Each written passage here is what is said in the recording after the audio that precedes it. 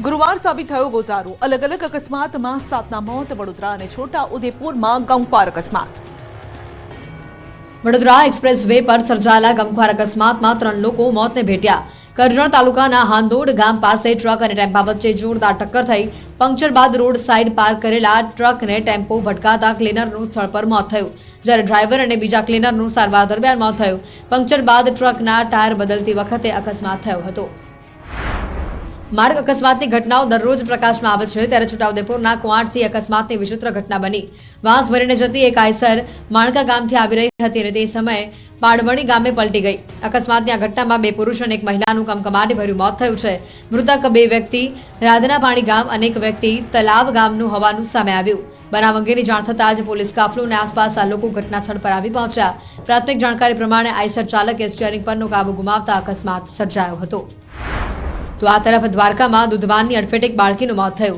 Khambhalia highway પર ઓખા મઢી પાસે અકસ્માતની આ ઘટના બની દૂધવાને અડફેટે લેતા શ્રમિક પરિવારની બાળકીનું પ્રાણ પંખેરું ઉડી ગયું વડોદરામાં લૂંટારો બેફામ નેતાજીના ગળામાંથી ચેઇન ચોરીને ભાગ્યો ચોર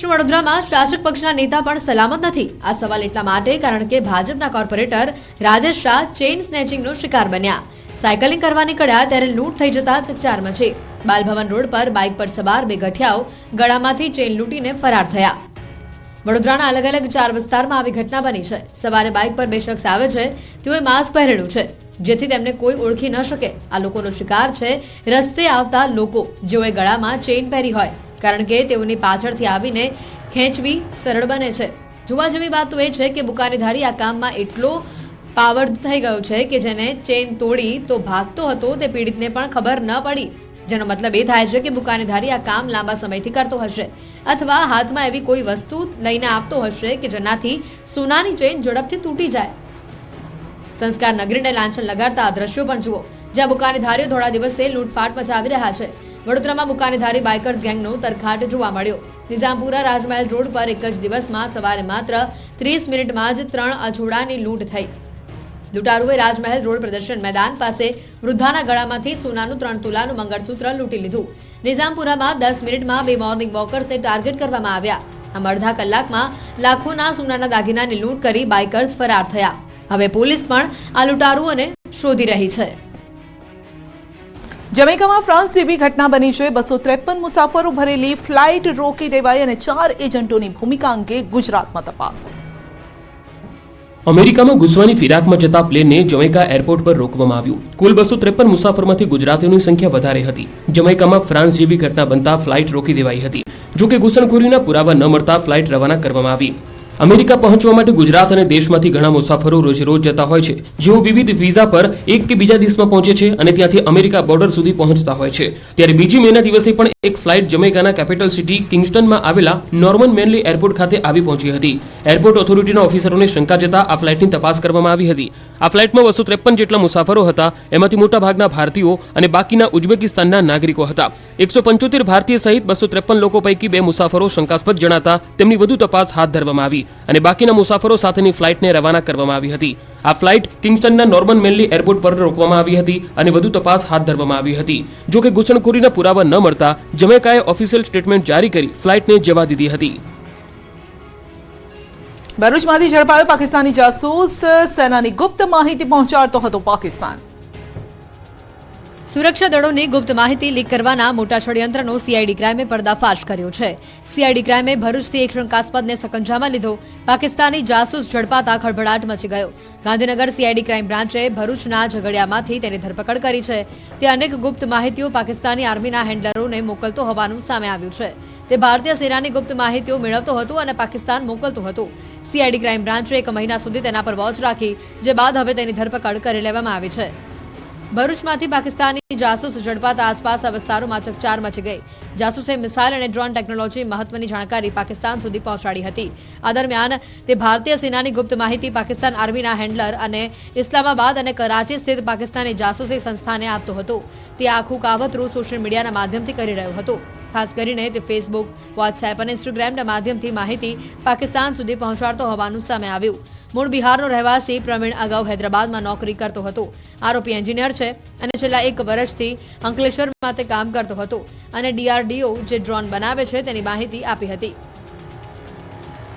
સહકારી ક્ષેત્રમાં રાદડિયાનો દબદબો. સૌથી મોટી સહકારી સંસ્થા ઇફકોના ડાયરેક્ટર પદે જયેશ રાદડિયાનો ભવ્ય વિજય. 60,000 કરોડનું ટર્નઓવર ધરાવતી દેશની સૌથી મોટી સહકારી સંસ્થા ઇફકોના ડિરેક્ટર પદ માટે ચૂંટણી યોજાઈ, જેમાં જયેશ રાદડિયાને 180 માંથી 113 મતો મળ્યા હતા અને ડિરેક્ટર પદે તેમની 46 મતે ભવ્ય જીત થઈ હતી. ઇફકોના ડિરેક્ટરની પસંદગીમાં ભાજપમાં જ એક મત નહીં થતા ચૂંટણી યોજાઈ હતી. ચૂંટણી પહેલા જ અન્ય તમામ ઉમેદવારોએ ઉમેદવારી પાછી ખેંચી લેતા ભાજપના જ 2 દિગ્ગજ નેતાઓ વચ્ચે ડિરેક્ટર પદ માટે ચૂંટણી જંગ થયો હતો. આ જોતા ભાજપ સામે ભાજપ મેદાને પડ્યું હતું. મહત્વનું છે કે ભાજપે બિપિન પટેલને મેન્ડેટ આપ્યું હતું, પરંતુ ભાજપના જ ધારાસભ્ય જયેશ રાદડિયાએ પાર્ટીના મેન્ડેટની ઉપરવટ જઈ પોતાની દાવેદારી કરતા ચૂંટણી જંગ ખેલાયો હતો. આ ચૂંટણીનું આજે પરિણામ જાહેર થયું છે. 180 મતમાંથી જયેશ રાદડિયાને 113 મત મળ્યા હતા, જ્યારે તેના નજીકના હરીફ બિપિન ગોતાને 60 મત જ મળ્યા હતા. નીટની પરીક્ષામાં મોટું કૌભાંડ. પરીક્ષાના ડેપ્યુટી સેન્ટર સુપ્રિન્ટેન્ડન્ટની વોટ્સએપ ચેટથી રહસ્ય ખુલ્યું. પંચમહાલના ગોધરામાંથી સ્કૂલમાં નીટની પરીક્ષામાં મોટા કૌભાંડનો ખુલાસો થયો છે. એક વિદ્યાર્થી દીઠ 10 લાખ રૂપિયા લેવામાં આવવાના હતા અને તેના બદલામાં પરીક્ષામાં ચોરી કરાવવાની અને પાસ કરાવવાની ડીલ થઈ હતી, જેમાં 3 લોકો સામે ફરિયાદ નોંધવામાં આવી છે. જેમાં જય જલારામ સ્કૂલના શિક્ષક તુષાર ભટ્ટ, વડોદરાના રોય ઓવરસીઝના માલિક પરશુરામ રોય અને ગોધરાના આરિફ વોરા સામે ફરિયાદ નોંધાવાઈ છે. ત્યારે રોય ઓવરસીઝના માલિક પરશુરામ રોયની એસઓજી પોલીસે ધરપકડ કરી છે. ખાસ વાત તો એ છે કે પરીક્ષાના ડેપ્યુટી સેન્ટર સુપ્રિન્ટેન્ડન્ટની ગાડીમાંથી 7 લાખ રૂપિયા મળતા સૌ કોઈ ચોંકી ઉઠ્યા, જેમાંથી પરશુરામ રોયની વડોદરાની એસઓજી પોલીસે ધરપકડ કરી છે.